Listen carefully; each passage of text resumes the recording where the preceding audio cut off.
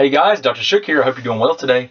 It is another sauna session, and today I want to talk to you guys about something that's really important because we talk so much about diet and its importance in trying to help with Hashimoto's and dampen autoimmunity, so decrease autoimmune reactivity. And we talk about this diet as a tool. And very commonly, diets that are utilized to help with Hashimoto's include things like grain-free diets, okay? But very commonly, people will consume, gluten-free diets, which is not necessarily a bad idea at all. It's actually, if there was one thing that I would tell you to do dietarily to try and help your autoimmunity and help Hashimoto's, I would say try a gluten-free diet and see if it doesn't improve the way that you feel and you function. So a lot of people, they replace the gluten with other things like rice and these ancient grains, quinoa, amaranth, and numerous other grains, millet, buckwheat. They use a lot of different grains. So the really interesting thing is that rice is a very commonly eaten grain that is gluten-free. And there are some risks associated with consuming rice that you may not be aware of. One is that rice tends to be very high, as far as in comparison to other foods and grains, very high in arsenic, which is a heavy metal. And it's partially because of how it's raised, because it's raised in water. But arsenic is really a potential problem for anyone, and especially those people that are autoimmune, because these metals, you could have immune reactivity to these metals, and they could stimulate an immune response and create and promote an environment that worsens your condition. Okay, so one of the things that I want to share with you guys was that they found there was a study that was done, and it showed that people that ate rice had a higher level of arsenic than other people in the general population, and especially when they were on a gluten-free diet and they consumed rice, that they had almost twice as much arsenic in their body as other people. And when they measured it in the urine, people that were not on a gluten-free diet, and they also found that they had about 70% more mercury than people that weren't on a gluten-free diet, which are definitely not good things. We know that these metals in the body can cause an immunological response. So, when I talk to you guys a lot about what drives autoimmunity, the things that we think about are primarily going to be pathogens, which include bacteria, viruses, fungal infections, parasites, food reactivity, and the third category is going to be chemical reactivity, which this falls under the chemical reactivity. Arsenic and mercury. So those are some of the things that I thought were really important to share with you guys, because arsenic puts you at a greater risk of bladder cancer, lung cancer, skin cancer, heart disease, type 2 diabetes, neurological problems, you name it. If you're pregnant, it really puts the baby at risk in a lot of ways too. So what you want to do is just make sure that you understand some of these risk factors, and then if you do consume rice, I'm going to tell you, if you do consume rice, and there are reasons, it's not that it's a bad food overall, but you definitely want to consume it in moderation.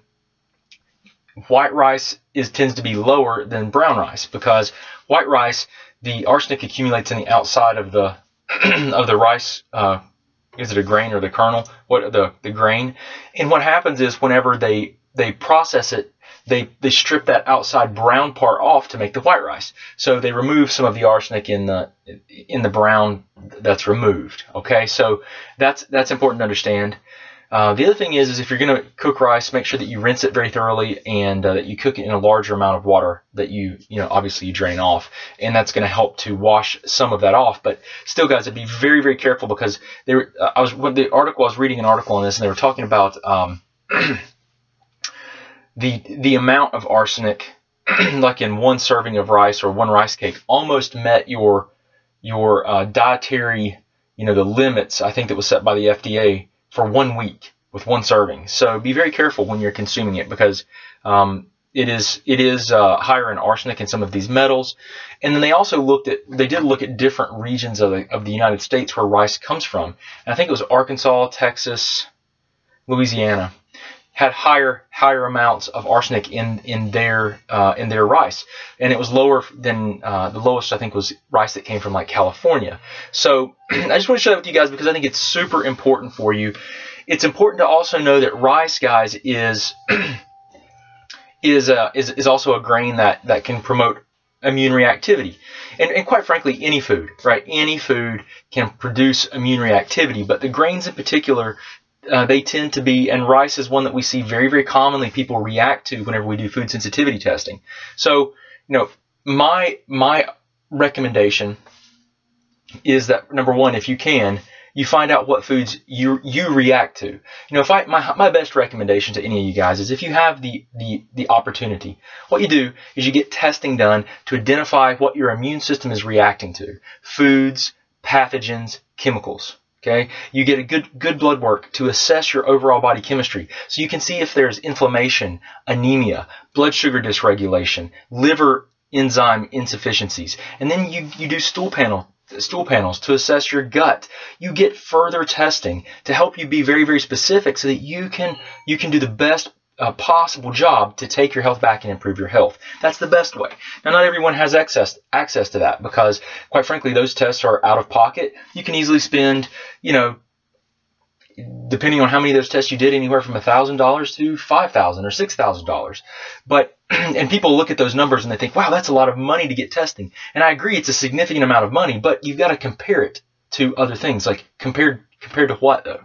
If you're talking about someone that has rheumatoid arthritis and they have ongoing immunosuppressant therapy and they've lost their quality of life, and then they have to have hip replacements and joint replacements, then let's look at the amount of money that's spent there, the loss of quality of life. $7,000 is a bargain. I would gladly borrow to help assess and figure out on the front end rather than go through all those changes.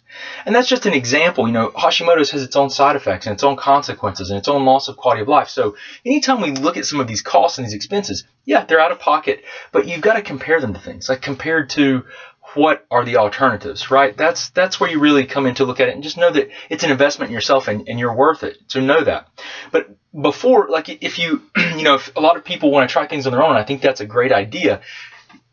What I recommend is you try something like our program, the 6-week Hashimoto's Transformation Program, which I've been working very diligently to add our other programs onto that. That's a great place to start because it gives you a great dietary and lifestyle framework, and even a framework of temporary nutritional supplementation to support your body.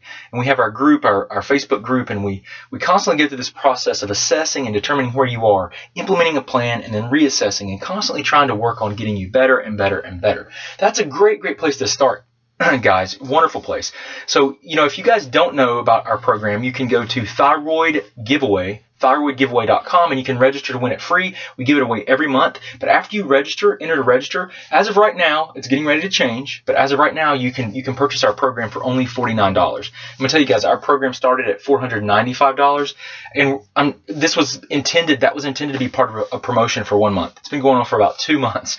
But I wanted to tell you guys because we are going to change it very soon, probably by the end of the month. So I wanted you guys to have an opportunity to get access to some tools that will help you. I wanted to teach you a little bit about this importance of rice and some of the things that, there's a lot of things that we have to be aware of. So I just try to be a good teacher and teach you guys as much as I can so you can take your health back, be your own advocate, and really help yourself and improve your quality of life and the community and ultimately the world. So, Dr. Shook, I appreciate you guys. It's getting hot. I'm starting to sweat here, and I hope you guys have a wonderful, wonderful, wonderful day. And I really look forward to talking to you guys soon. Thanks.